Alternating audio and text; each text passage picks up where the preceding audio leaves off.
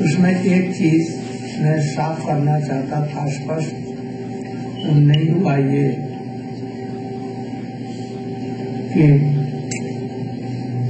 शंकर जी भगवान के बड़े प्रिय हैं। हनुमान जी दूसरे नहीं है, शंकर जी ही हैं, बने हैं राम की सेवा से। वही गोपेश्वर महादेव बनते हैं कृष्ण लीला में, वो उन्हीं के अवतार भीम है। भीम भी अलग से नहीं, हनुमान जी के ही प्रकाश, आंशिक प्रकाश। तो शंकर जी का चरित्र बड़ा अद्भुत है। जब तक कृष्ण को, राम को कोई विशेष काम होता है तो शंकर के बिना नहीं तो दूसरा कर सकता। जैसे समुद्र से विष निकला तो उसको पिलाने के लिए हनुमान, उनको शंकर की जरूरत है। शंकर जी ने वो पान किया विष और गले में रख लिया। कहीं शरीर भीतर में जाएगा तो वहां पर हृदय में तो भगवान हमारे हैं, उनको कष्ट होगा। उसी तरह से कलयुग के प्रारंभ में जबकि चारों तरफ में अनाचार, अविचार इत्यादि बढ़ गया, धर्म का करीब करीब 3 भाग ही खत्म हो गए। उस समय में धर्म कर्म अब ठीक रहा नहीं। लोग भगवान की आराधना करते और उनसे देही देही पुत्रम देही जसो देही धनु देही बस यही मांग ही उनकी थी। भगवान ने कहा जैसे ये तो हमको तंग कर देंगे, हमको आराम नहीं करने देंगे, एक पैसे का बतासा ले आएंगे दे करके और मांगेंगे, बहुत दिन भर मांगते रह जाएंगे तो मुझे परेशानी नहीं होगा। इसलिए शंकर जी को बुलाया, कहा जी शंकर जी एक बात करो, मैं बहुत तंग आ गया इन कलयुगी जीवों से। वो दिन भर ये दो ये दो ये दो देही देही देही। इसलिए तुम एक ऐसा मत प्रचार करो जिसका नाम मायावाद है, जो ठीक तो नहीं है किंतु हमको छिपाने के लिए इसकी जरूरत है। तुम ये प्रचार करो मैं ही ब्रह्म हूँ, सर्वम खलितम ब्रह्म, सभी ब्रह्म है, जितने बैठे हैं ब्रह्म है, पेड़ पौधे जो कुछ है, जीव जंतु जो कुछ है वो सभी ब्रह्म है। अतः ब्रह्म की क्या जरूरत है, हम ही तो ब्रह्म है, तुम भी ब्रह्म है, इसलिए मांगने के उनसे कोई सभी कुछ कर सकते। यदि ऐसा कर सकोगे तो ये भक्ति का तो विरोध होगा, किंतु मैं बच जाऊंगा। शंकर जी ने कहा हमको सब समय ऐसा ही करते हैं। मैं कहा भक्ति करके और दिन रात भगवान का स्मरण करके आनंद में मग्न रहता हूँ, राम राम दिन रात करता हूँ, और ये मुझसे कैसे होगा जब मैं भक्ति का वृक्ष हूँ? ये तो भक्ति नहीं है, ये तो भक्ति के विपरीत है। तो ये तुम्हारे अतिरिक्त और दूसरा कोई कर भी नहीं सकता है, इसलिए विष का प्याला लेना पड़ेगा पहले की। तो प्रभु जी का मन रखने के लिए शंकराचार्य के रूप में जगत में आए। आज से करीब करीब 2,500-3,000 वर्ष पहले, और उन्होंने बौद्धों को यहाँ से विश्व से हटाने के लिए इंडिया से और यह हुकूमत प्रचार करने के लिए उन्होंने कहा, उन्होंने वेदांत के से बनाए, बहुत से ग्रंथ लिखे और बड़े बड़े पंडितों को, भक्त जो नहीं थे कर्मी ज्ञानी, उनको परास्त किया और परास्त करके बौद्धों को भारत से भगाया। और ये मत नया चला है, क्या सभी ब्रह्म है, सोहम सोहम, किंतु है ये भक्ति का विपरीत। कोई भगवान नहीं हो सकता है। भगवान अधिक से अधिक शुद्ध होकर के भगवान की सेवा में नियुक्त हो सकता है। तो शंकर जी ने ये विस्मय दे दिया, ये पल बतलाने का हमारा तात्पर्य था, जो और किसी के द्वारा नहीं। जब जब जरूरत होती है शंकर जी को बुलाते हैं और शंकर जी से ऐसे असंभव बातें भी करा देते हैं। ये कल का कहने का हमारा तात्पर्य था। किंतु उन्होंने जो मत प्रचार किया वो ठीक नहीं, वो भक्ति के विरुद्ध है, शास्त्रों के विरुद्ध है, भागवत के विरुद्ध है, गीता के विरुद्ध है। गीता में, उपनिषदों में, भागवत में कहीं नहीं लिखा कि जीव ब्रह्म है, भगवान का दास्य सबसे। इसलिए ऐसी विचार शंकराचार्य जी को हम लोग प्रणाम करते हैं, वो शंकर हैं, किंतु उनका यह विचार ये भक्ति के विपरीत है। वो कुछ लोगों को मिसगाइड करने के लिए, भगवान की सेवा के लिए। अब हम सीता जी के चरित्र, कल हमने कैकेयी मैया की बात बताई। सुनते हैं कि वो पृथ्वी की बेटी थी, किसी के योनि से, गर्भ से नहीं आई, स्वयं लक्ष्मी जी। तो पृथ्वी की बेटी कैसी हुई?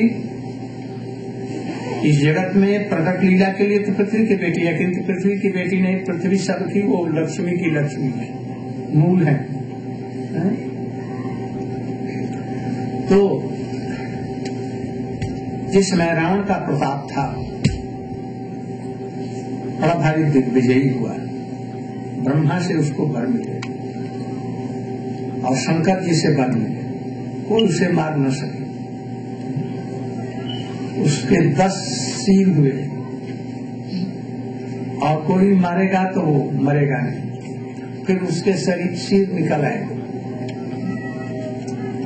अत्याचार करने लगा, विशेष करके बहु बेटियों पर, जैसे आजकल हो रहा है, ऐसे उससे भी अधिक अत्याचार होने लगा, वो अधिक करने लगा। जहाँ नाम सुनेंगे यहाँ पर खूबसूरत किसी की स्त्री है, बेटी है, बहू है, तो उसे चुरा लेता, लंका में ले जाता। तो एक समय उसी के कुबेर जी के लड़के की कोई बहू थी, उसको पकड़ लिया, पकड़ा था उसने, अब अभिसंपात दिया, श्राप दिया, बिना किसी इच्छा के, उसके बिना राजीनामा हुए, बिना उसकी इच्छा, किसी का भी, लड़की का, बहू का, बेटी का, जो ये स्पर्श करेगा तो तुम्हारा शरीर उठ जाएगा, पसंद आ जाएगा। इसके बाद में वो कुछ सावधान हुआ, फिर विश्व का विजय किया। अब कोई दिन इसलिए सीता जी को स्पर्श नहीं किया, नहीं तो जल करके खाक हो जाता वो अभिसंपात से। तो वो रावण जब अत्याचार करने लगा तो उसने ऋषियों के पास में, दंडकारण्य और इधर ऋषियों के पास में दूत भेजे कि हमें कुछ कर दो, राजा मैं हूं देश का, इसलिए कर चाहिए, जो कुछ भी नाम मात्र के लिए तो कुछ कर चाहिए ही। उन्होंने कहा कि हम लोग के पास में देने के लिए कुछ नहीं है, हम फल फूल यहाँ पर जंगल से पत्तियां खाते हैं, मूल खा करके जीवन निर्वाह करते हैं, हम आपको कहाँ से हम कर देंगे। तो उसके लोगों ने बतलाया, जैसे तैसे, यदि कुछ नहीं है तो अपना जंघा चीर करके रक्त भी दो। कठोर आदेश पाकर उनको बड़ा क्रोध हुआ ऋषियों को, अपनी जंघी चीर करके सब लोगों ने एक घड़ा भर दिया और रावण के पास में वो दूध ले गया। उन्होंने कहा कि ऋषियों ने कहा है यही जो घड़ा है जिसमें हमने दिया है रख करना, ये उसकी मृत्यु का कारण बनेगा, कोई इसे टाल नहीं सकता। जब वो ले गए तो वो लोग मंदोदरी के पास में पहने गए और उसको बतलाया कि ऐसा ऐसा बात है। उसने कहा जी तब तो बड़े भयंकर बात है, अब इसको बहुत दूर पहाड़ की तलाई में कहीं दूर में इसको लेकर के जमीन के अंदर में गाड़ दो, जो कभी कोई निकाल न सके और कभी हमारे पति का अनिष्ट न हो। उन्होंने अपने दूतों को भेज करके हिमालय के पास में जनक जी के राज्य में हिमालय है, उसकी तराई में कहीं नीचे लेकर के गाड़ दिया। जब गाड़ दिया तो कुछ दिनों के बाद में वहां पर सूखा पड़ा। सूखा जानते हैं? वर्षा ही नहीं हो, वर्षा न हो, चारों तरफ में हाहाकार मची है, जो पानी नहीं। उन्होंने विचार किया ब्राह्मणों और ऋषियों से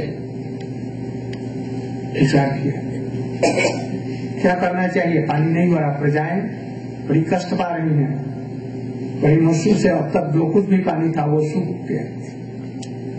खेती बाड़ी कैसी होगी, लोग कैसे जीवित रहेंगे। तो ऋषियों ने बतलाया कि एक बात कीजिए, आप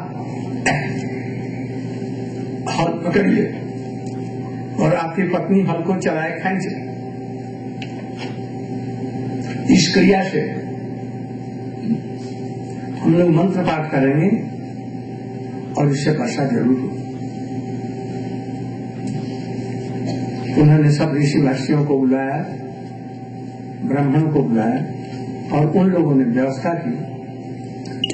एक सोने का हल बनाया, उसमें एक थाल होता है जो कि जमीन में चलता है, 2 अंगुल का होता है, तेज धार का। और उसमें सुनैना को, अपनी पत्नी को खींचने के लिए लगाया और भी लोगों को लगा दिया। वो खींचने लगे और ये चलने लगे, वेद मंत्र पाठ होने लग गया, शंख और घड़ियाल ये सब बजने लग गए। थोड़ी देर में ही वो हल अटक गया जमीन में। उसका जो आकार का भाग है एक घड़े में घुस गया।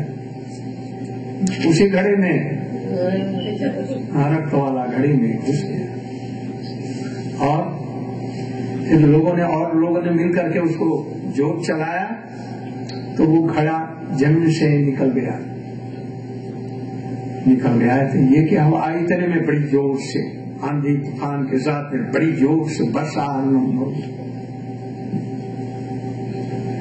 उसमें से देखा क्या, एक सुंदरी छोटी सी बच्ची निकल गई।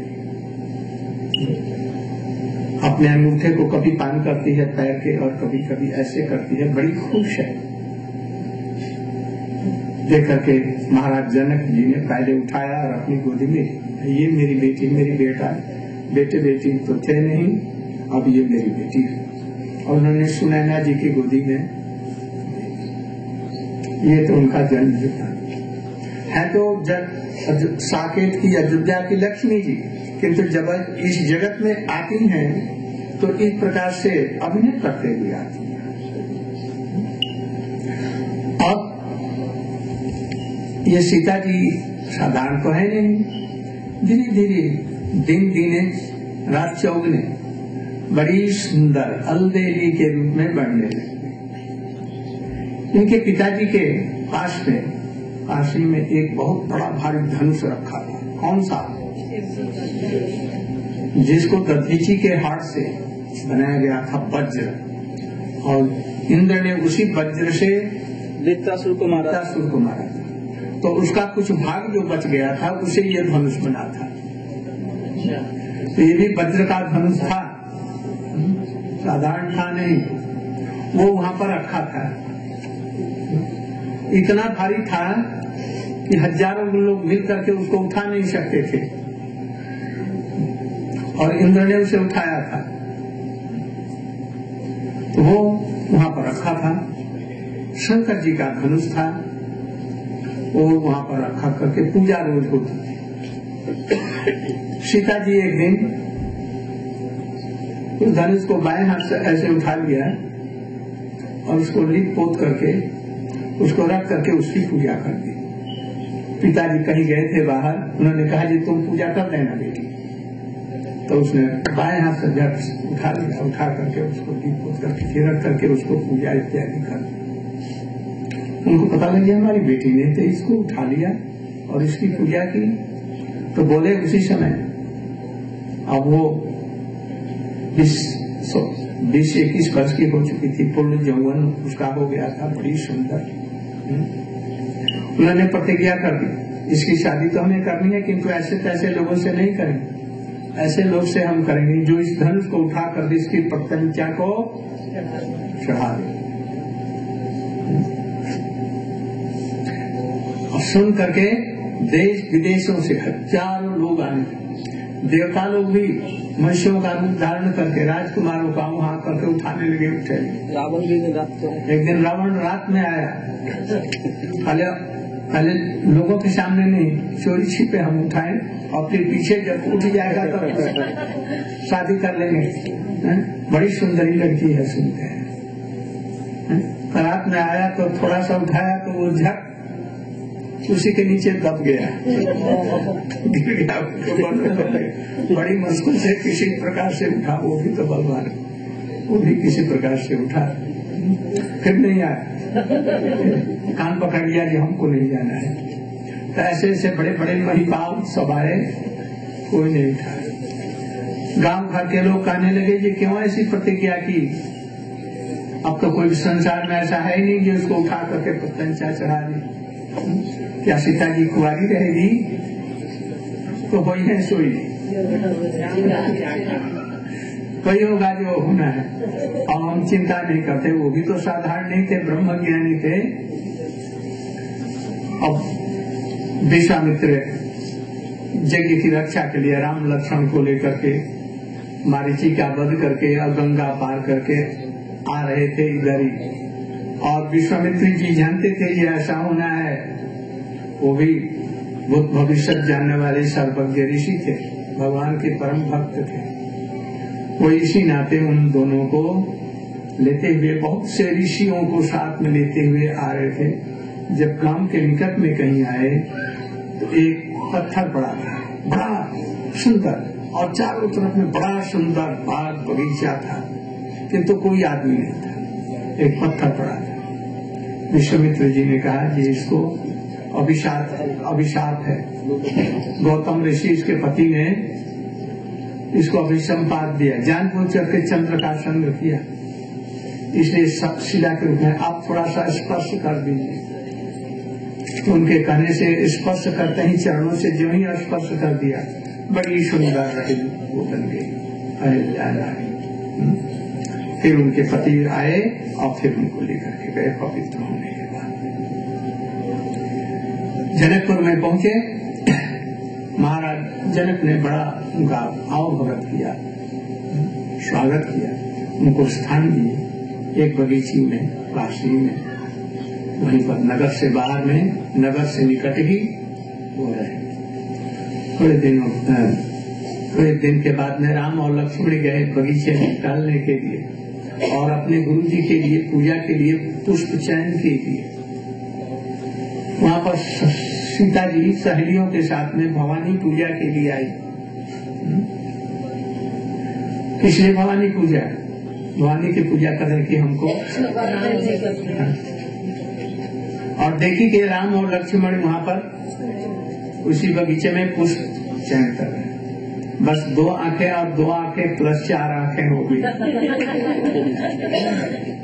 आंखें हो गई, दोनों के नैनों में बस गए। राम ने कहा लक्ष्मण जी से, मुझे धिक्कार है। क्यों धिक्कार है? प्रभु की रीति ऐसी आई है कि इनका मन कहीं किसी में नहीं जाता है।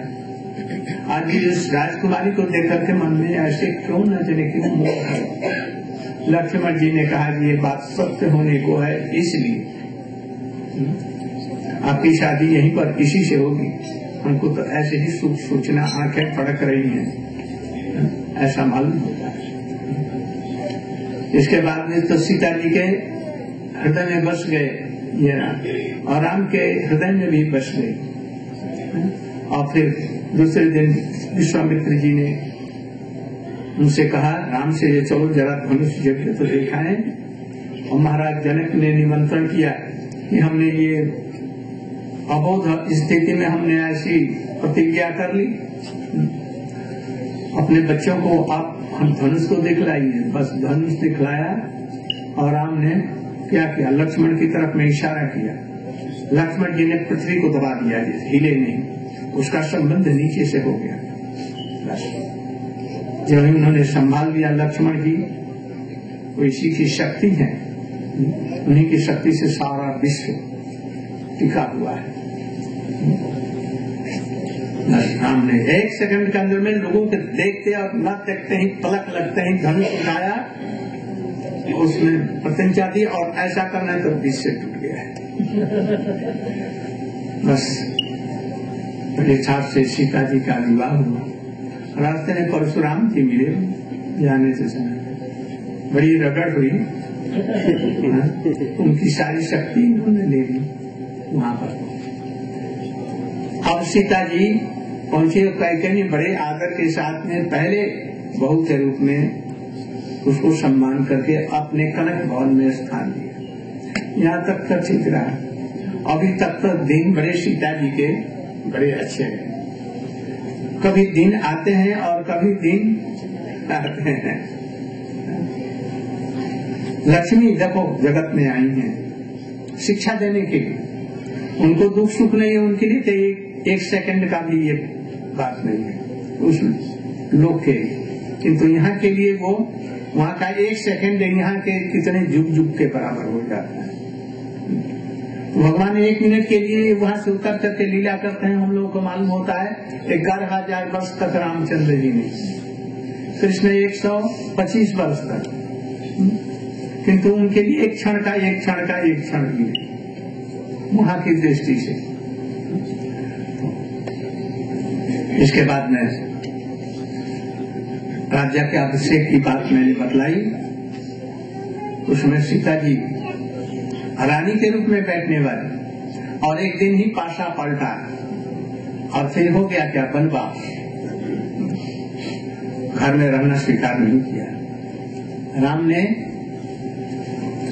और सब लोगों ने समझाया सीता जी को, वो मानी नहीं। हम दुख में सुख में सब समय उनके साथ रह करके सेवा करने की,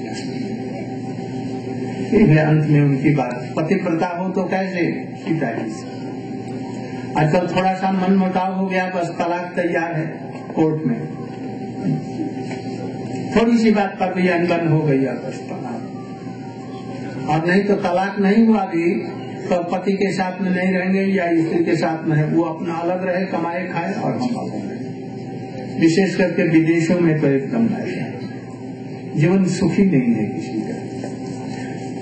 विवाह करना, लड्डू, दिल्ली का लड्डू खाया वो भी पछताया, नहीं खाया वो भी पछताया।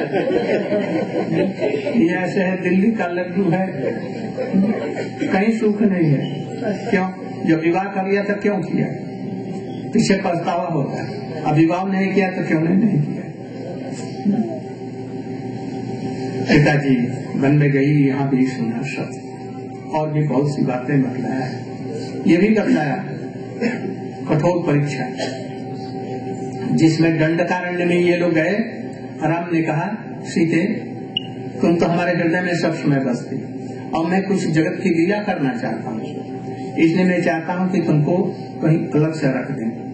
अलग होना संभव नहीं है, ये भी जगत की बाहरी दृष्टि से अग्नि को सौंप दिया कुछ दिनों के लिए सीता जी को अपने पास।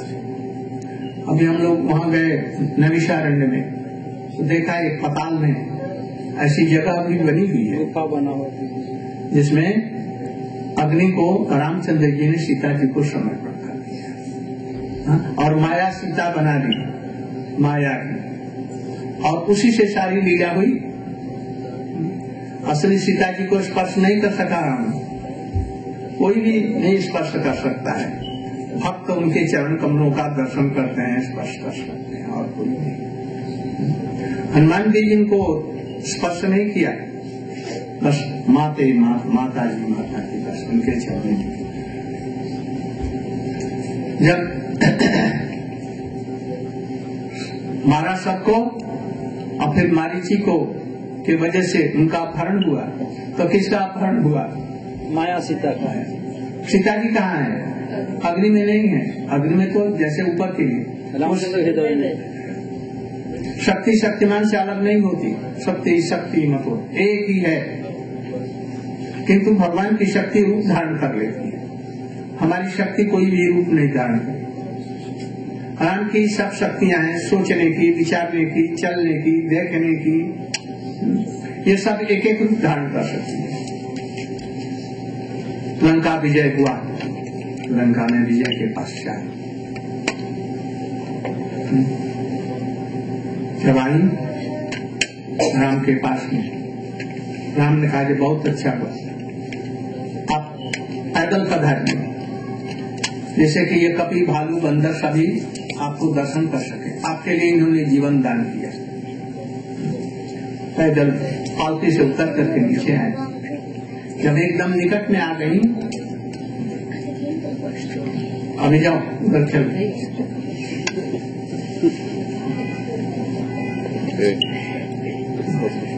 तो बोले रामचंद्र जी गंभीर होकर के, अब आप जहाँ से आई हैं वहाँ जा सकती हैं, अब हमारे यहाँ कोई आवश्यकता नहीं। रावण के घर में रहकर और फिर वहाँ से आना मैं नहीं स्वीकार सकता। मैं अपनी आन के लिए, प्रतिष्ठा के लिए, कुल की मर्यादा के लिए मैंने युद्ध लड़ा, आपके लिए नहीं। तो मैंने उसे जीत लिया है और हम लोगों का मर्यादा ठीक है, और आप कहीं भी जा सकती हैं। मैं कामी पुरुष नहीं हूँ, वन में तुम्हारे लिए कामी होकर के नहीं रोया, अब जा सकते। सीता जी ने कहा कि पहले क्यों नहीं बतलाया, सब कुछ दे दीजिए तो सब कुछ दे करके नंगे हो जाएगी, आपसे कुछ नहीं कोई मांगेगा। मैं तो आपके पधार जल्दी जल्दी पधार।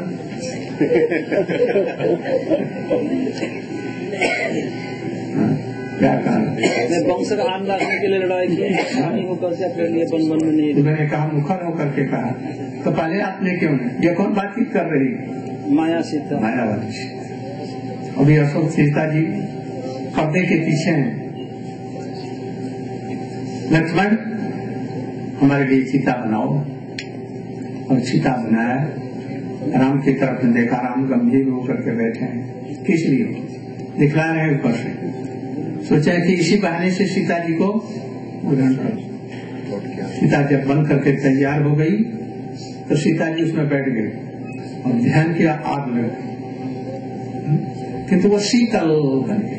और उस आग में से अग्नि देवता निकल करके सीता जी को लेकर राम स्वर्ण बोले, सीता जी परम पवित्र है, ऐसी कोई जगह नहीं है जहाँ पर मैं नहीं हूँ। वायु देवता है, बोले जैसे मैं सर्वत्र जाता हूँ, विचरण करता हूँ, ऐसा कोई जगह नहीं है मैं नहीं आई। मैं सर्वत्र जाने की वजह से जानता हूँ सीता जी। इसमें महाराज दशरथ वहां से अपने धाम से आए, बोले सीता पवित्र है, तुम इसे ग्रहण करो। ऋषि महर्षि सब लोग आकर के बोले, तो फिर उनको ग्रहण। यहाँ तक तो ठीक है। अयोध्या में लौटा है, 11,000 वर्ष राज्य किया। अंतिम मान लो कि 2-4 वर्ष पहले तो रामचंद्र जी ने वशिष्ठ जी से कहा, गुरु जी मेरा मन नहीं लगता, तो मुझको यज्ञ करना चाहिए, और क्षत्रिय राजाओं का ये जरूरत है, आवश्यक है उनके लिए यज्ञ करना। मैं यज्ञ करना चाहता हूँ, अश्वमेध यज्ञ। आप नहीं कर सकते, क्यों नहीं? आपने स्त्री को त्याग कर दिया, इसलिए आप अधिकारी नहीं है।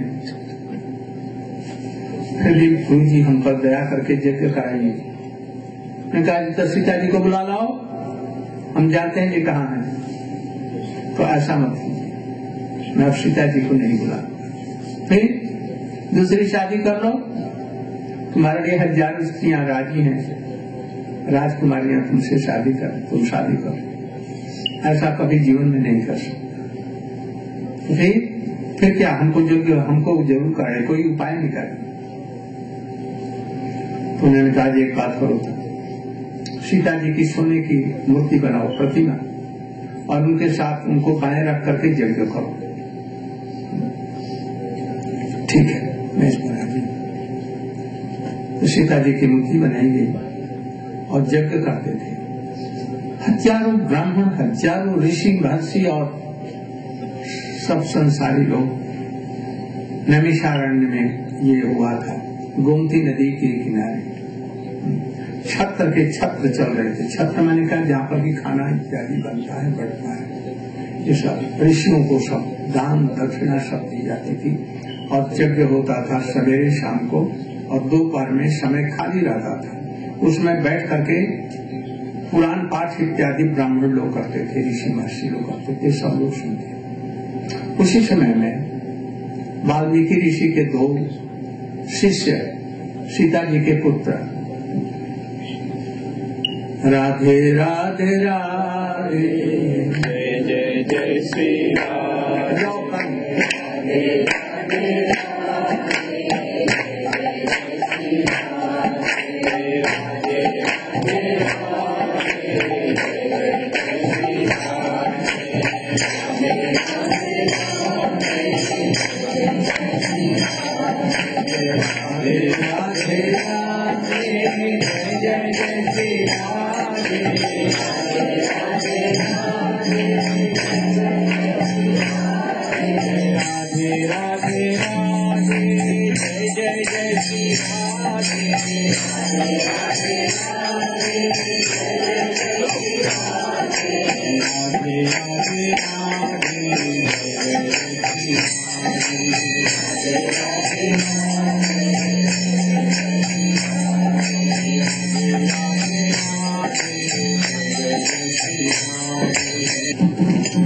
धोबी के कहने से एक धोबी ने कहा, मैं राम नहीं हूँ, तुम शाम होकर के रात होने आई, अब तक कहाँ से घूम करके आ गई, मैं नहीं पता। ऐसे दो एक जगहों में सुना, उनके दूतों ने और राम को बतलाया, वो मेरे दिल को खाना खुशी राज्य में चल रही है, इसलिए लक्ष्मण जी को आदेश दिया कि तुम इसे जंगल में कहीं छोड़ो।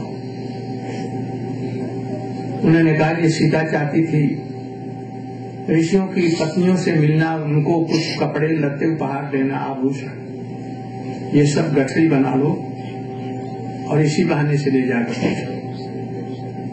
और अयोध्या से दूर प्रयाग में, इलाहाबाद जिसको आज कर सकते हैं, प्रयाग में वहीं पर उस पार ही छोड़ दिया, नदी से पार करके। और ये डकर जब सुनी लक्ष्मण जी से, ये हमको सदा के लिए छोड़ दिया है हमारे पति ने, तो डकर डकर करके रोने। उस समय गर्भवती थी और उन्हें जब लगी तो वाल्मीकि जी आ गए, रामायण लिख रहे हैं और यहाँ तक ही लिखे, अब लिखते जा रहे हैं। अब सीता जी को अपने आश्रम में रखा, वहीं उनके दोनों बच्चे हुए लोग और धीरे धीरे बड़े होने लगे। सीता जी किसी प्रकार से उन बच्चों में अपना स्नेह रख करके पालन पोषण, एक धनुष सिखलाना और जो क्षत्रियोचित गुण हैं वो सबको सिखलाने लगी। और वाल्मीकि जी उनको काव्य, छंद इत्यादि, स्वर, राग, रागिनी, युद्ध विद्या, सब विद्याओं में निपुण कर दिया। जब वो छोटे से बच्चे थे, 10-11 वर्ष के, दोनों जमज थे, एक ही दिन एक ही रात में उत्पन्न हुए, लव और कुश। अब जिस समय राम जी वहाँ पर अश्वमेध यज्ञ गोमती के किनारे नैमिषारण्य में कर रहे थे, उस समय वाल्मीकि जी ने कहा से जाओ, सुनते हैं कोई राजा आए हैं और उनके सब हजारों लोग ऋषि महर्षि सब आए हैं। तुमने जो वाल्मीकि रामायण जो मैंने बनाई है छंद के साथ, राग रागनियों के साथ, मूर्छना ऊपर ले जाकर के ऊपर और नीचे के और बड़ी सुंदर सुंदर से तरह तरह के स्वरों से, आलाप से सब लोगों को मुक्त कर जाना चरित्र सुना करके। तो उन्होंने उन लोगों को रावण बत्ता का सारा चरित्र पढ़ा दिया और उनको कंठस्थ था वाल्मीकि रामायण उसको स्वच्छंद से गाया जा सकता है। बच्चे देखने में कैसे, राम से भी अब सुंदर। अब राम तो कुछ परिणत वयस के 11,000 वर्ष की उम्र हो गई, किंतु उनको गोफ नहीं आई, दाढ़ी भी नहीं। ये भगवान का एक वैशिष्ट है, लक्षण है। आजकल के बहुत से भगवान हो रहे हैं, विशेष करके भारत में हजारों भगवान, और वो टीबी से, कैंसर से और तरह तरह के भगंदर के रोग से मरते हैं और बूढ़े हो जाते हैं, ये सब पक जाते हैं। अरे भगवान को ऐसा नहीं होता, भगवान का लक्षण ही नहीं। और मूर्ख ऐसे लोग, या ऐसे लोगों को भगवान कैसे मान लेते हैं। अभी वो भगवान जेल में गया है लोगों को धोखा देने की वजह से। एक साईं बाबा कोई है, मैं नाम नहीं लेना चाहता, फिर भी लिया। आप लोग सावधान रहे, जितने भी भगवान है उनसे असावधान रहे। भगवान ऐसे नहीं है, उसके लक्षण शास्त्रों में उसका वर्णन होता है, तभी वो भगवान है। उनमें ऐसी विशेष विशेष चीजें होती हैं, उनमें ऐश्वर्य ऐसा होता है जो कि अलौकिक होता है। जैसे तैसे लोगों को सिद्ध महात्मा मत मान लेना। लोगों का अवतार भगवान का अवतार नहीं है, शंकर के अवतार नहीं है, हनुमान जी के अवतार है, मत मानना। महापुरुष है, ठीक है, महापुरुष के किंतु भगवान के लक्षण तो पहले ही बतला गए हैं और उसका पूरा वर्णन है। जैसे इतने आएंगे, इतने होंगे, ये सब शास्त्र में पूरा है। अभी कल की आएंगे, उनके लिए भी बतला दिया गया। बुद्ध जी के आने के पहले ही ये सब बतला, कृष्ण के आने के पहले ही ये सब है। इसलिए कभी भी फिर में मत पड़ना चक्कर में। शुद्ध रूप में भगवान का भजन करना और शास्त्रों पर विश्वास रखना, गीता भाव करना। तो वो उनको कहा, और दोनों बालक तो राम तो थोड़ा प्रौढ़ हो गए हैं और इनकी उठती उम्र है वय संधि की, बड़ी खूबसूरत कोमल शरीर, गला कैसा सुरीला, राग रागनी से भरा हुआ। शायद रामचंद्र जी ने ये गान की, संगीत की शैली कहीं से शिक्षा नहीं उनको मिली, इनको तो इन्होंने वाल्मीकि जी ने दी है, सारी शस्त्रों की सब कुछ। वो दोनों गए, सिर पर शिखा जो जुड़ा होता है उसको बांध दिया, ऋषि महर्षि जैसे, और कपड़े की चीज के, तंतुओं के बलकल वस्त्र पहन लिए, इतने खूबसूरत और बिना लेते हुए दोनों, और हम चरित्र गान करने लगे। जब आरंभ किया सब लोग देख करके रोने लगे। कौशल्या मैया, सुमित्रा, कैकेयी और हनुमान, जामवंत और जितने वहाँ के भरत, लक्ष्मण, शत्रुघ्न और सब लोग थे। अरे बहुत, ये तो यदि छोटे नहीं गाते बड़े तो ये राम में कोई अंतर नहीं दिखता है। इतना सुरीला गाते हैं, सभी लोगों के आंखें डगडगा गई, रोने लगे। यहाँ तक कि राम लक्ष्मण भी रोने लगे। उन्होंने एक सर्ग की कथा सुनाई और इसके बाद में शाम हो गई तो चलने लगे। तो राम ने लक्ष्मण जी से कहा, इसको कुछ इनाम देना चाहिए, पुरस्कार देना चाहिए। ऐसा करो, सोने के थाल में हीरे, मणि, जवाहरातों से भरी हुई और खजाने की तरफ से। और एक बात करना, इसे पूछना तो जरा, तुम्हारा परिचय क्या है, तुम्हारी भैया बाप कौन है, कहाँ के रहने वाले हो, जरा ये पूछ लेना। लक्ष्मण जी गए, बड़े प्यार से दोनों को प्यार किया। बोले, वाह तुम तो बहुत गजब के लड़के हो। ये पहले तो मैं तुमको पुरस्कार, राजा रामचंद्र जी ने पुरस्कार दिया, किंतु अभी तक वो नहीं जानते थे कि हमारे ये पिता है और मैया हमारी सीता जी इनकी पत्नी, तो बस कथा ही तक तो अभी तक जानते थे। तो उन्होंने कहा, जैसे ये तुम उपहार लो, हमें क्या है इसकी जरूरत। महर्षि जी के आश्रम में, हमारे गुरु के आश्रम में रहते हैं, केले, अमरूद, आम सब मिल जाते हैं, कोई बर्तन की जरूरत नहीं, पत्ते, केले और ये सब के हैं। पहनने के लिए तंतुओं के कपड़े बने हुए हैं, हमें इसकी क्या जरूरत है। ये तो राजकोष में ही शोभा पाएगा, इसलिए हमको ये जरूरत नहीं है। हमारे गुरु जी ने कभी नहीं कहा कि रुपये ले आओ, पैसे ले आओ, इसलिए हमको इसकी जरूरत नहीं है। तो और भी कुछ प्रभावित हुए, धीरे से बोले जी बेटे ये तो बतलाओ तुम्हारा परिचय क्या है, तुम्हारे पिताजी और माताजी का नाम क्या है, कहाँ रहते हैं। जैसे मैं तो समझता था कि आप महाराज के भाई हैं, सब नीतियों में कुशल हैं, किंतु मैं देखता हूं कि आपको नीति नहीं आती। छोटा सा बच्चा मुझसे, अरे हम ब्रह्मचारी हैं, ब्रह्मचारियों से गुरु का नाम पूछना चाहिए। हम ब्रह्मचारियों से माता पिता का नाम जो पूछते हैं, उनको धर्म का शास्त्रों का ज्ञान नहीं। तो हम आपसे बतलाते हैं कि हम वाल्मीकि जी हमारे गुरु हैं, मैं इनकी का छात्र और यही हमारे गुरु, और दूसरा हमारा कोई परिचय नहीं। आप लोग भी हमारे ब्रह्मचारियों से, सन्यासियों से मत पूछिए आपका घर कहाँ था, आपके पिताजी कहाँ थे, और कौन से जाति में थे, आपके पिताजी क्या थे, भैया खबरदार। और वो भी यदि बेवकूफ है, यदि वो ये सब बतलाए, परम बेवकूफ, उनका सन्यास ब्रह्मचार्य भी ठीक नहीं है। पूछो गुरु का नाम पूछो। हम लोगों की गुरु परंपरा चलती है, शिष्य परंपरा चलती है, वो माता पिता का परंपरा हम लोगों ने वही पसंद। हम जानते हैं कि कोई किसी का पुत्र इस जगत में नहीं। ये सब क्या है, एक दिखलाने के लिए। ये कुछ लौकिक परिचय है, पारमार्थिक परिचय गुरु देता है, और हम कृष्ण के नित्य दास दासी हैं, यही हमारा परिचय है। किंतु अभी हम हमारे गुरु वो हैं सन्यासी ब्रह्मचारी के लिए, और गृहस्थों के लिए जैसा चल रहा है चल, किंतु सन्यासी ब्रह्मचारी का। लक्ष्मण जी छेप गए, सोचा जी तो हमने गलती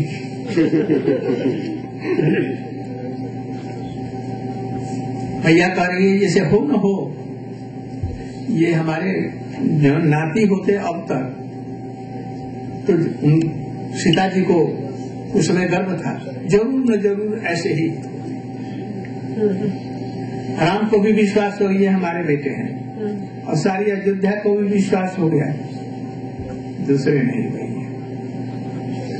रामचंद्र जी ने उस समय वाल्मीकि जी को बुलाया, बुलाकर बोले महर्षि एक बात है, मुझको जहां तक संभव लगता है, मेरी सीता जी आपके घर में है, आपके आश्रम में है, आप कल यदि उनको इस सभा में इसी समय में यदि आप लाएं तो आपका उपकार मानूंगा। उनसे कहेंगे जब वो संकोच न करें, आप उनको लेकर के आएंगे। अब वाल्मीकि जी गए वहां, अभी बात ही हो रही थी, इतने में लौ कुश वहां पर पहुंचे। आज बहुत विलंब हो गया था इन सब कारणों से, शाम में सीता जी अपने बच्चों के लिए राह देख रही थी। जब वो आए तो दोनों बेटों को अपने गोदी में बैठा। अरे बेटा आज बहुत देर कर दिया तुमने, क्यों देर हो गई? ओ भैया आज एक बात हमने देखी, हमारे गुरु जी के आदेश से हम लोग रामायण पाठ कर रहे थे, इसके बाद में हम देखा क्या, एक बड़ी विचित्र, वहां पर एक सोने की मूर्ति हमने देखी, वो